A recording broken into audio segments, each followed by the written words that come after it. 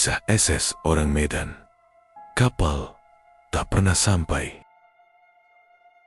Kabut malam turun lebih tebal dari biasanya di pesisir Belawan. Udara terasa berat dan asin, membuat para nelayan mempercepat langkah saat menambatkan perahu. Malam itu sunyi, dengan cara yang tidak wajar tidak. Ada suara mesin kapal, tidak ada gelombang yang memecah karang baken, burung-burung laut pun menghilang lebih awal. Raffi, nelayan muda yang baru selesai memindahkan hasil tangkapannya, berhenti sejenak di ujung dermaga. Ia menatap laut gelap yang seperti tidak bergerak. Ada rasa aneh di dadanya, seolah sesuatu sedang bersembunyi di balik kabut. Ia mengangkat keranjangnya dan hendak pulang, ketika suara Wawan memanggil dari belakang. Pelan, namun gemetar. "Raf, kau lihat itu?" Raffi Wawan menunjuk ke arah laut terbuka. Raffi mengikuti arah jarinya. Awalnya hanya melihat kabut pekat, tetapi perlahan sebuah bentuk besar muncul. Sebuah siluet panjang, gelap dan diam kapal tua yang melayang keluar dari kabut, seperti hantu lampu-lampu kecil di kapal itu. Berkedip pelan, seolah hampir mati. Tidak ada suara mesin, tidak ada tanda kehidupan. Namun, ukuran kapal itu tidak mungkin salah. Kapal uap lawas, model kolonial, dengan cerobong besar dan badan berkarat. "Kapal apa itu?" gumam Raffi. Suaranya tercekat. Ia memicingkan mata, mencoba membaca tulisan di sisi kapal yang tergores kabut. Lalu ia membeku. SS orang Madonama itu menempel di kepalanya seperti duri.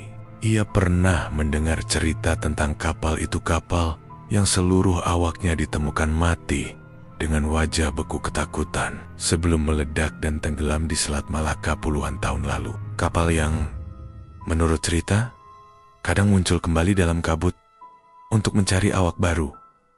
"Tak mungkin, itu cuma legenda," bisik Raffi. Tapi suaranya sama sekali tidak meyakinkan. Wawan memegang lengannya. "Kita pergi dari sini sekarang." Namun, Raffi tetap terpaku. Ada sesuatu pada kapal itu yang seperti menarik pikirannya. Ia merasa seolah namanya dipanggil dari jauh. Bukan dengan suara, tapi dengan rasa dingin menusuk yang merayap dari ujung jari ke tengkuk. Tiba-tiba lampu dermaga berkedip. Sekali, dua kali, lalu mati. Angin berhenti, kabut mendekat, seperti menyelimuti mereka. Lalu terdengar suara itu. Tuk, tuk, tuk, pelan, berulang, teratur. Raffi menelan ludah. Ia mengenali ritme itu. Kode Morse. Suara ketukan itu semakin jelas, seakan berasal langsung dari kapal hantu itu. "W.E. Oal," pesan terkenal yang dikirim SS orang Medan sebelum karam. "We float, all dead." Seketika, sesuatu bergerak di geladak kapal. Raffi bisa melihat banggen-bianggen panjang berdiri berjejer. Tubuhnya kurus, tak wajar. Wajahnya gelap, tak tampak. Mereka tidak bergerak, kecuali ketika semuanya perlahan mengangkat tangan ke arah pesisir, ke arah Raffi. Wawan tersentak mundur. "Raffi, jangan lihat." Saat ia menarik Raffi, lampu dermaga menyala lagi. Dalam kedipan cahaya itu kapal itu hilang. Tidak ada riak air, tidak ada suara, seolah tidak pernah ada. Malam terasa kembali normal, tapi dada Raffi tetap sesak. Ia pulang dengan langkah gugup, namun sesampainya di rumah, hal yang lebih mengerikan terjadi. Radio tua ayahnya menyala sendiri. Radio itu rusak, tidak tersambung listrik, bahkan antenanya sudah patah sejak lama. Namun dari dalam speaker, suara statik muncul, disusul ketukan Morse yang sama, dan kemudian sebuah bisikan, sangat pelan, hampir seperti nafas. Raffi, episode menutup dengan radio itu kembali mengetuk. Panggilan pertama, panggilan untuknya. Ketukan Morse itu terus berdenting di kepala Raffi sepanjang malam. Bahkan setelah ia mencabut baterai radio tua, yang seharusnya sudah tidak berfungsi bertahun-tahun. Namun, suara itu tidak berhenti. Ia mencoba tidur, tapi setiap kali memejamkan mata, bayangan kapal itu muncul dari balik kabut dengan tenggen-tenggen gelap yang terulur ke arahnya. Pagi harinya, udara belawan terasa lebih dingin dari biasanya. Raffi duduk di beranda, mencoba menenangkan diri, ketika sebuah motor tua berhenti di depan rumahnya. Seorang pria berusia 50-an turun sambil membawa tas kecil penuh kabel dan alat elektronik. "Raffi?" tanyanya. "Iya, siapa, Bapak?" "Nama saya Darwis, aku operator radio amatir. Ada yang perlu kita bicarakan." Raffi, ia tidak pernah mengenal pria ini. Pak Darwis melangkah masuk setelah dipersilakan. Matanya langsung tertuju pada radio tua ayah Raffi. Ia mengusap permukaannya, lalu mengangguk pelan. "Ayahmu dulu sering kirim sinyal ke stasiun amatir. Saya mengenalnya." Senyumnya memudar. "Dan semalam aku menerima sinyal yang sama seperti terakhir kali ayahmu kirim, tapi dengan tambahan." "Tambahan apa?" Pak Darwis membuka buku catatannya, memperlihatkan deretan kode Morse yang ia salin semalam. "We float all that." Lalu baris berikutnya, Raffi. Nama Raffi disebut 3 kali. Semakin jelas, darah Raffi serasa berhenti mengalir. "Bapak, dari mana sinyal itu datang? Sumbernya jelas," kata Pak Darwis, menatapnya penuh arti. "Tepat dari koordinat tempat SS orang Medan dulu tenggelam." Raffi merasa dadanya sesak. Ia ingin bangkit, ingin menolak, ingin melupakan semuanya. Tapi sesuatu di dalam dirinya justru ingin tahu lebih jauh. "Kenapa menyebut nama saya?" Pak Darwis menghela napas panjang. "Legenda mengatakan kapal itu tidak karam karena kecelakaan. Ada sesuatu di atas kapal. Sesuatu yang tidak seharusnya dipindahkan dari Aceh." Raffi menatap Pak Darwis tanpa berkedip. "Apa hubungannya dengan saya?" Pak Darwis ragu sejenak, lalu membuka tas kecilnya. Ia mengeluarkan map lusuh berisi dokumen lama, sebagian besar menguning dan sobek. "Ini catatan yang tersisa dari rekan ayahmu. Sebagian besar arsip pemerintah tentang SS orang Medan. Hilang atau sengaja dimusnahkan." Ia menunjukkan foto hitam putih 2 awak kapal muda berdiri di geladak. Satu di antaranya memiliki garis wajah yang sangat familiar.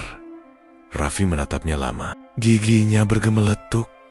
"Itu Kocek saya." "Betul," jawab Pak Darwis. "Kakekmu salah satu awak yang tercatat hilang, tapi ia tidak ada di daftar korban yang ditemukan.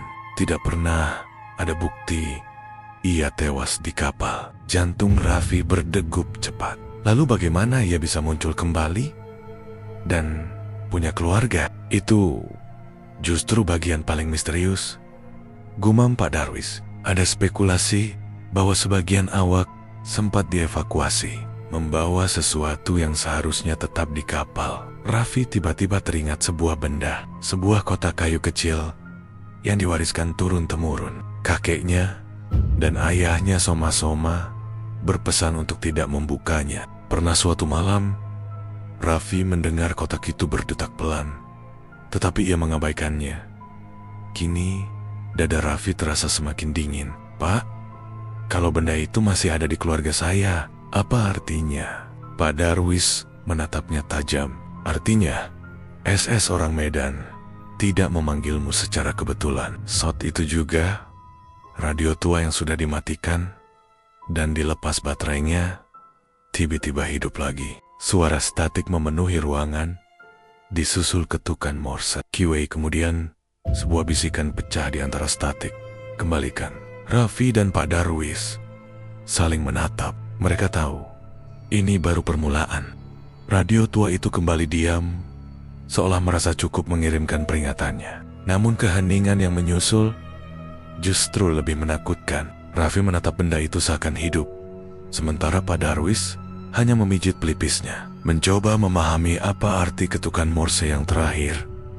"Kembalikan," gumam Pak Darwis. Kalau benar mereka meminta sesuatu, maka jawaban satu-satunya ada di kotak itu. Perut Raffi mengencang. Kotak kayu itu warisan keluarga saya. Ayah bilang itu peninggalan kakek sebelum hilang di kapal. Pak Darwis mengangguk berat. Kalau kotak itu memang berasal dari SS orang Medan, maka apapun isinya lebih baik kita lihat sekarang daripada terlambat. Raffi menelan ludah. Kotak itu telah disimpan di kamar ayahnya yang kini kosong. Selama ini ia menghindarinya, bukan karena larangan, tetapi karena firasat yang selalu membuat tengkuknya merinding setiap kali ia mendekatinya.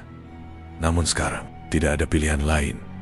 Mereka masuk ke kamar ayahnya. Udara di sana lebih dingin daripada bagian rumah lain. Seolah jendela terbuka, padahal tidak. Raffi meraih laci paling bawah dan menariknya perlahan. Di dalamnya tergeletak kotak kayu kecil, tua, dengan ukiran samar yang tidak ia mengerti.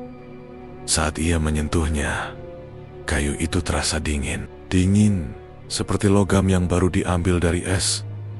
Ukirannya bukan dari sini, gumam Pak Darwis sambil menyipitkan mata. Ini mirip simbol-simbol Aceh tua, atau mungkin lebih tua lagi. Raffi menarik napas panjang.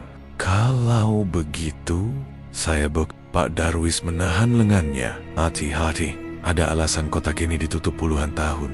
Namun kotak itu tampaknya tidak mau menunggu. Sebuah ketukan halus terdengar dari dalamnya. Raffi terlonjak. Pak, kau dengar itu? Pak Darwis tidak menjawab.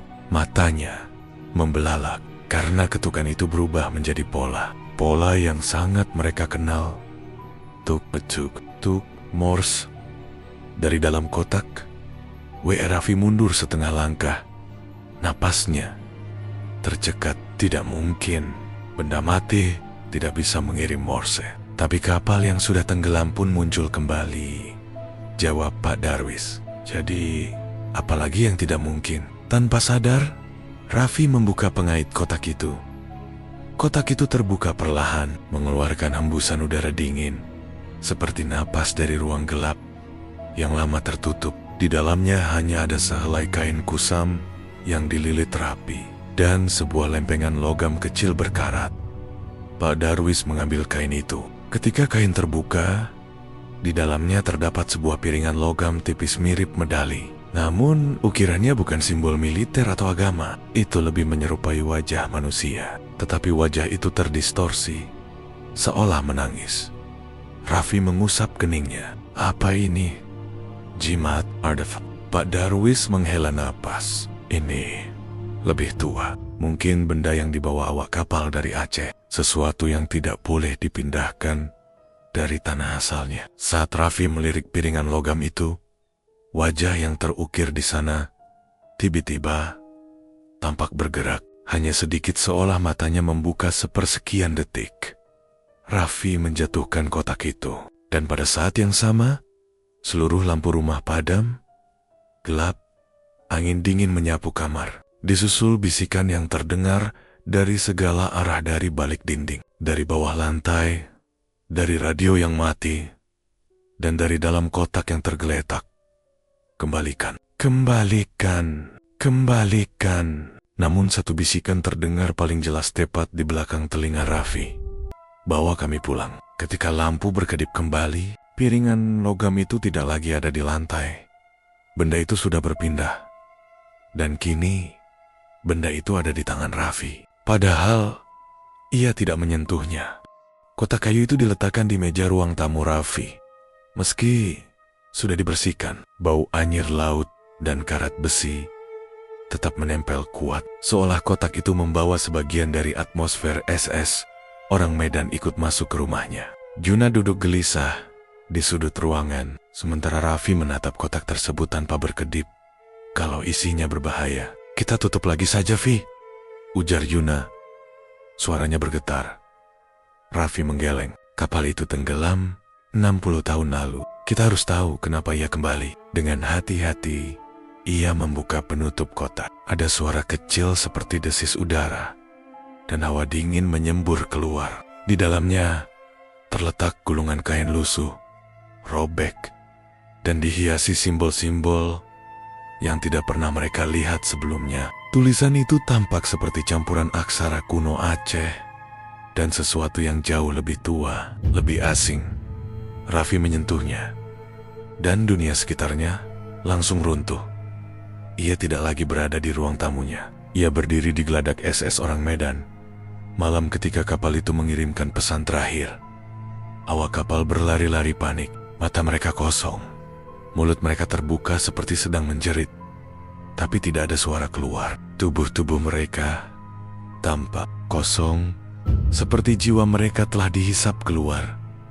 Di tengah kekacauan itu, seorang perwira membawa gulungan kain yang sama. Ia berteriak pada kru lain, tapi suaranya seperti tersedot angin. Raffi hanya bisa membaca gerakan bibirnya. Hancurkan, cepat. Sebelum dia bangun, tiba-tiba geladak kapal bergetar hebat. Awan hitam menutup langit. Dari dalam kapal terdengar suara dentuman berat, lalu jeritan serentak yang bukan manusia. Awak kapal menyambar tongkat besi, kapak, apapun yang bisa digunakan, memukul-mukul dinding, seolah mencoba menghancurkan sesuatu yang bersembunyi di dalam lambung kapal. Namun terlambat, satu cahaya putih menyala dari tengah kapal. Suara ledakan raksasa mengguncang lautan dan dalam sekejap, semua awak terhempas. Raffi terlempar keluar dari visinya. Nafasnya tersengal. Yuna menahan bahunya. "Vi, kau kenapa?" Raffi menelan ludah. Suaranya gemetar. Kapal itu meledak, bukan karena kecelakaan. Mereka mencoba menghancurkan artefak ini. Roh yang terjebak di dalamnya. Bukan Marty. Dia menyatu dengan kapal. Duna mundur beberapa langkah. Maksudnya, kapal itu hidup, bukan hidup. Raffi menatap gulungan itu. Kini berdenyut pelan, seperti jantung. Kapal itu lapar. Ketukan terdengar dari jendela. Keduanya menoleh. Sosok kurus berdiri di balik kacamatanya cekung. Kulitnya pucat, seperti orang yang sudah lama tenggelam. Lalu muncul satu lagi di belakangnya. Dan satu lagi. Belawan akhir-akhir ini memang sering diganggu penampakan, tapi jumlah mereka tidak pernah sebanyak ini. "Kita harus kabur," bisik Yuna. Namun sebelum mereka sempat bergerak, ketukan berubah menjadi goresan panjang, seperti kuku menyeret kaca. Suara itu membuat bulu kuduk Raffi naik. Lalu terdengar bisikan halus, namun jelas. "Ikut aku, ikut kami kembali ke kapal." Bisikan itu tidak berasal dari jendela. Bisikan itu berasal dari belakang mereka. Di ambang pintu dapur, berdiri sosok yang lebih utuh dari yang terlihat di jendela. Kulitnya pucat kebiruan, seperti direndam air asin terlalu lama. Rambutnya menempel kusut, dan pakaian kelautannya robek di sana-sini. Matanya kosong, tetapi bibirnya bergerak perlahan. "Ikut." Yuna tersungkur ke belakang. Napasnya tersangkut. "Vi, dia kru kapal itu." Sebelum Raffi sempat menjawab, rumah berguncang halus. Bukan seperti gempa lebih, seperti gelombang laut memukul sisi rumah. Gelas bergetar. Lampu bergoyang. Angin asin berembus dari arah pintu depan, padahal pintu itu tertutup rapat. Seolah rumah mereka berdiri di tengah lautan. Raffi meraih gulungan kain itu. Denyutnya semakin kuat, seperti sesuatu di dalamnya sedang bangun. "Mereka datang untuk ini," desisnya. "Kalau tidak, kita kembalikan, seluruh belawan bisa hilang." Yuna menatapnya tak percaya. "Kembalikan ke kapal hantu itu? Kau gila, Vi." Namun, suara-suara dari luar sudah semakin banyak. Puluhan sosok kini berdiri di sekitar rumah Menggatuk Kakak, memukul dinding, menggumam seperti orang yang tenggelam, dan mengajak orang lain ikut ke dasar laut. Suara mereka menjadi satu. Kembali, ikut kapal." "Iset kami." Raffi menggenggam gulungan itu dan menarik Yuna. "Kalau kita diam di sini, mereka akan masuk. Kita harus pergi ke pantai." Mereka berlari keluar rumah. Udara malam yang biasanya tenang di Belawan kini berubah dingin dan basah. seperti kabut laut yang ditarik dari dunia lain. Jalanan kosong, lampu jalan berkedip. Namun, dalam biang-biang antara rumah dan pohon, terlihat banyak sosok kurus mengintai, mengikuti pergerakan mereka. Ketika mereka sampai di tepi pantai, air laut sedang surut secara aneh mundur sejauh puluhan meter, memperlihatkan bangkai-bangkai kapal tua, karang rusak, dan pasir hitam yang bergetar perlahan. Dan di tengah hamparan surut itu, berdiri SS orang Medan. Kapal itu tidak berlayar, ia muncul seperti ditarik dari dasar laut oleh sesuatu yang sangat kelaparan. Lampu-lampunya berkedip, kabut menggantung di sekitarnya, dan di atas dek terlihat puluhan kru kapal berdiri diam, menatap Raffi.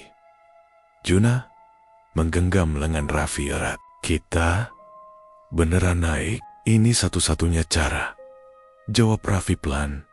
Saat mereka mendekat, jeritan angin laut berubah menjadi suara-suara yang familiar, suara para awak yang tadi Raffi lihat dalam visinya. Mereka terus mengulangi kalimat terakhir mereka sebelum mati.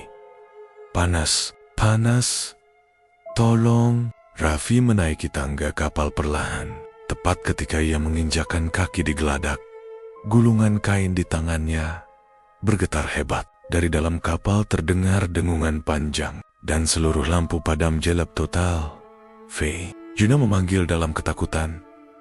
Raffi mengangkat gulungan kain tinggi-tinggi. Kalau ini yang kalian inginkan, ambil. Kapal bergetar keras. Dari kegelapan, puluhan tangan dingin meraih gulungan itu. Mereka menariknya, seolah ingin melepaskan beban yang selama puluhan tahun membuat mereka terikat. Angin laut tiba-tiba mereda. Kabut mulai terurai. Suara-suara lenyap. Dan ketika Raffi berkedip gulungan kain, itu sudah hilang. Para awak juga lenyap, seakan tersapu angin ke dunia lain. SS orang Medan mulai memudar, perlahan seperti bayangan yang diseret kembali ke bawah laut. Habis, bisik Juna. Tidak, jawab Raffi, menatap air laut yang kini naik kembali. Mereka hanya pulang saat kapal itu tenggelam sepenuhnya dan pantai kembali sunyi. Raffi mendengar sesuatu yang terakhir kali berbisik di telinganya sangat pelan, seperti ucapan terima kasih dari kedalaman. Untuk sekarang, kami kenyang. Lalu, semuanya hilang dan belawan kembali seperti semula untuk sementara. Dan cerita pun tamat.